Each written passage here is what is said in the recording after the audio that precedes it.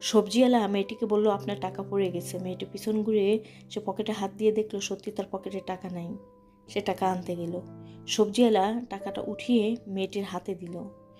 এদিকে লোকটির ছেলে লোকটির কাছে টাকা নিতে আসলো। মেয়েটি ঘুরে দাঁড়ালো। সে উঠে দাঁড়িয়ে পকেট থেকে কিছু টাকা বের করলো।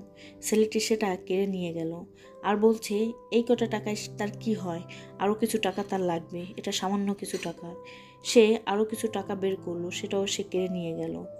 তারপর সে বাবাকে গালাগাল করতেছে, লোকটি কান্না করতেছে। মেয়েটি এটা দেখলো। ছেলেটি গাড়িতে বসে কথা বলতেছে। মেয়েটি গাড়ির কাছে গেল।